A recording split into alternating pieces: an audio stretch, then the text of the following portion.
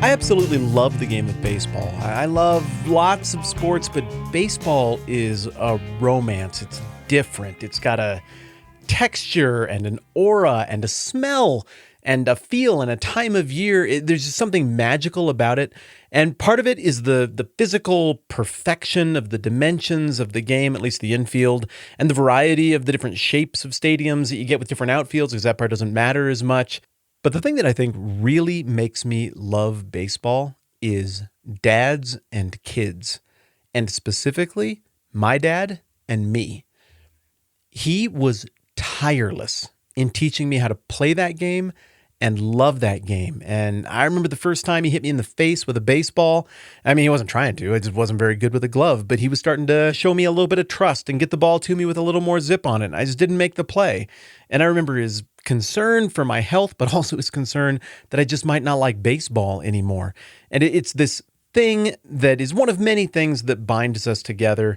And there's so many lessons that I've learned in life from playing ball with my dad and talking about ball with my dad.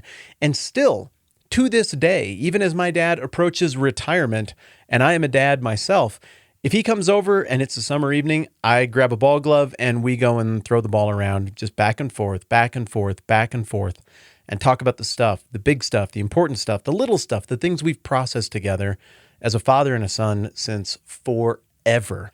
I remember one particular point in the development of baseball with my dad where I had an epiphany. We're out in the backyard. This was in Iowa when I was a little kid. And, it's this perfect field of dreams night. And Dad's got pretty heavy wiffle balls that he's throwing me in the backyard. They weren't the really thin-walled ones that would float around and were really easy to hit with the big red bat. I was using a regular baseball bat, and he was throwing these balls that perform like a regular baseball. And they were really hard to hit. And they had a little bit of movement on them because a wiffle ball, kind of curves and rises a little different than a standard baseball. But it occurred to me after watching my dad really try to guide those pitches right into my swing plane that he was trying to get me to hit the ball. I felt frustration because I'm striking out. I'm not getting the bat on the ball consistently, but he's trying to put the ball right where I'm swinging so that I will succeed. He wants me to hit the pitch. Likewise, as we are into Matthew chapter 7, we're getting toward the end of the Sermon on the Mount. This has been the proverbial drink from the fire hose for all the people on the hillside. I'm sure the disciples were like, I guess we want to do this, but that is so very, very much to think about. This is so very, very overwhelming. How am I supposed to do all this stuff?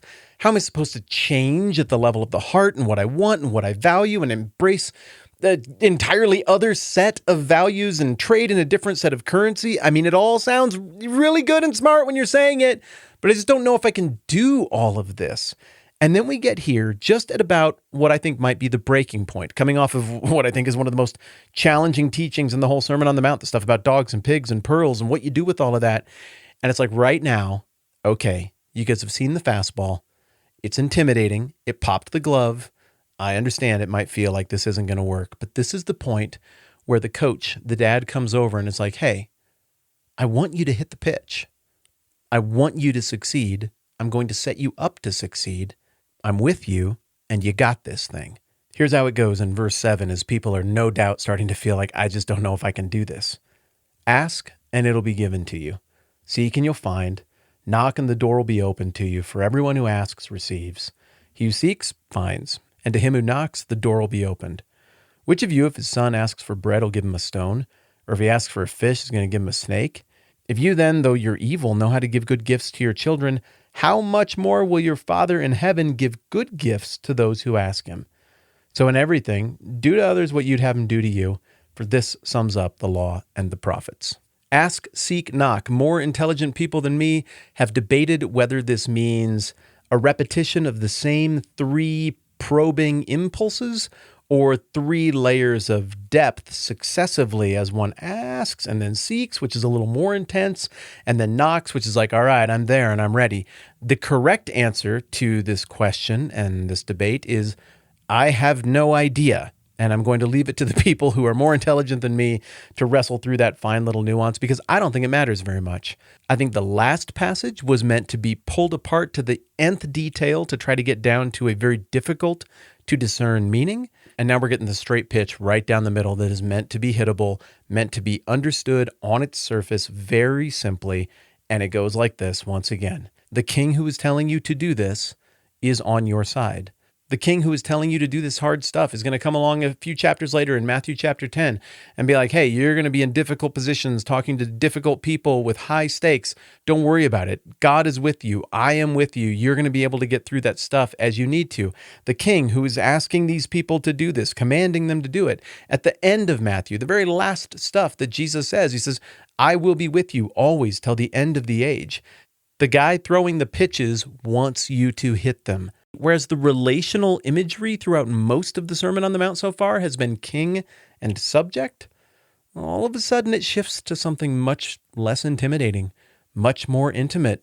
Father and son, dad and kid, in the backyard on an Iowa night with lightning bugs starting to pop, trying to hit the wiffle ball in the backyard, and dad really wants to see that kid get it dialed and start putting the bat on the ball. He's invested in the kid's success. So Jesus is saying the Heavenly Father is invested in the success of his children. And he gives this very simple, easy to understand illustration, which is simply, look, you guys are all flawed. We've agreed on that earlier in the Sermon on the Mount. People are flawed. But even you who are flawed, I mean, he uses the word evil here. It sounds a little harsher maybe to our ears than it would have to the original audience, or maybe he meant it to sound that harsh. Either way, the point's the same.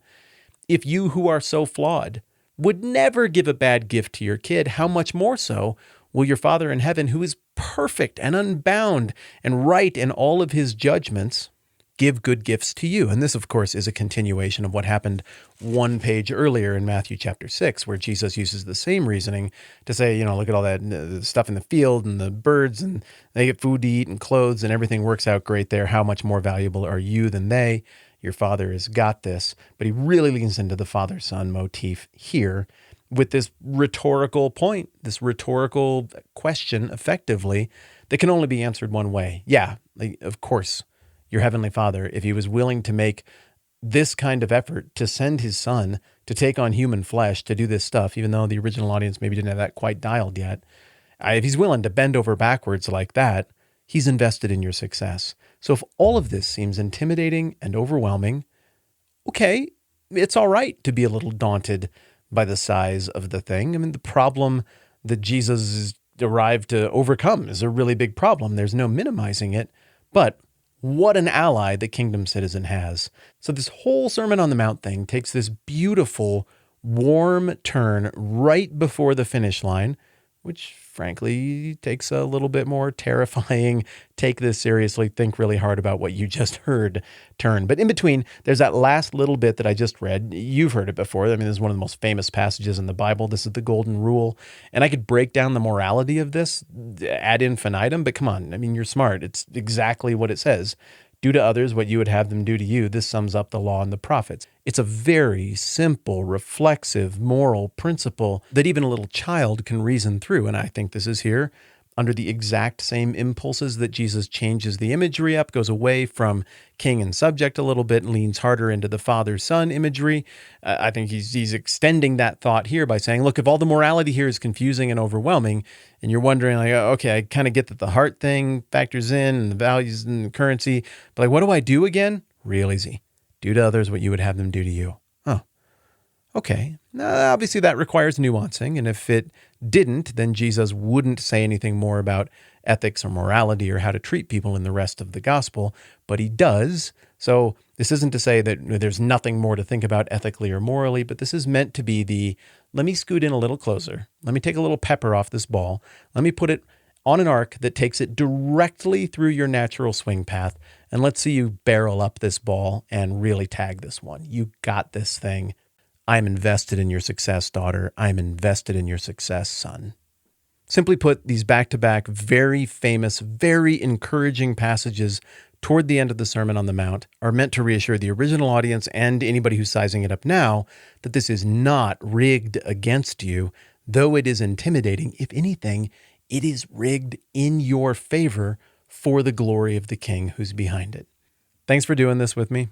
I know this has been deep water stuff for all of us. We've been in it for 4 months now? We've been working through this stuff. It's difficult. It's challenging. It takes a long time. And I also know that in addition to the time, I know that this content is in your business. I know it gets to the very level of the soul. And it's weird. It's not really what a podcast is supposed to do. And it just feels kind of odd, I'm sure, at times to get this deep into it. All of that is to say, I hope you feel the same encouragement I do getting to this part of the text, because you're supposed to. It's meant for you too. I'm going to leave it there for now. Next time around, we get into one of the most frightening passages in the entire Bible, and I will try to think of some fart jokes so that it can be kind of fun. I feel like that might not have been a very good sales pitch. I'm Matt. This is the 10-Minute Bible Hour podcast. Let's do this again soon.